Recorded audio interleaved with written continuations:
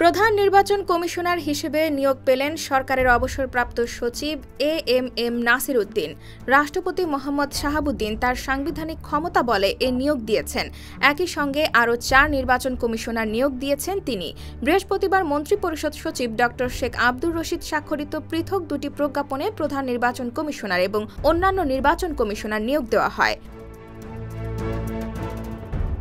অন্য 4 নির্বাচন কমিশনার হলেন সাবেক অতিরিক্ত সচিব মোহাম্মদ আনোয়ারুল ইসলাম সরকার, সাবেক জেলা ও দায়রা জজ আব্দুর রহমান মাসুদ, সাবেক যুগ্ম সচিব বেগম তাহমিদা আহমদ ও ব্রিগেডিয়ার জেনারেল অবসরপ্রাপ্ত আবুল ফজল মোহাম্মদ সানাউল্লাহ।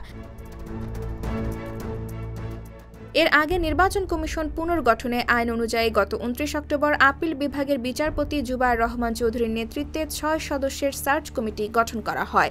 ওই কমিটি যাচাই বাছাই করে 10 জনের একটি তালিকা বুধবার রাষ্ট্রপতি দফতরে পাঠান। রাষ্ট্রপতি তাদের মধ্য থেকে 1 জনকে প্রধান নির্বাচন কমিশনার এবং 4 জনকে নির্বাচন কমিশনার নিয়োগ দিয়েছেন। এদিকে বিগত আওয়ামী লীগ সরকারের সময় 2022 সালের 27 ফেব্রুয়ারি নিয়োগ পাওয়া কাজী হাবিবুল আউয়াল কমিশন গত 5 সেপ্টেম্বর একযোগে পদত্যাগ করেন। এরপর থেকে প্রায় 3.5 মাস নির্বাচন কমিশন শূন্য ছিল। IBTV USA, new York.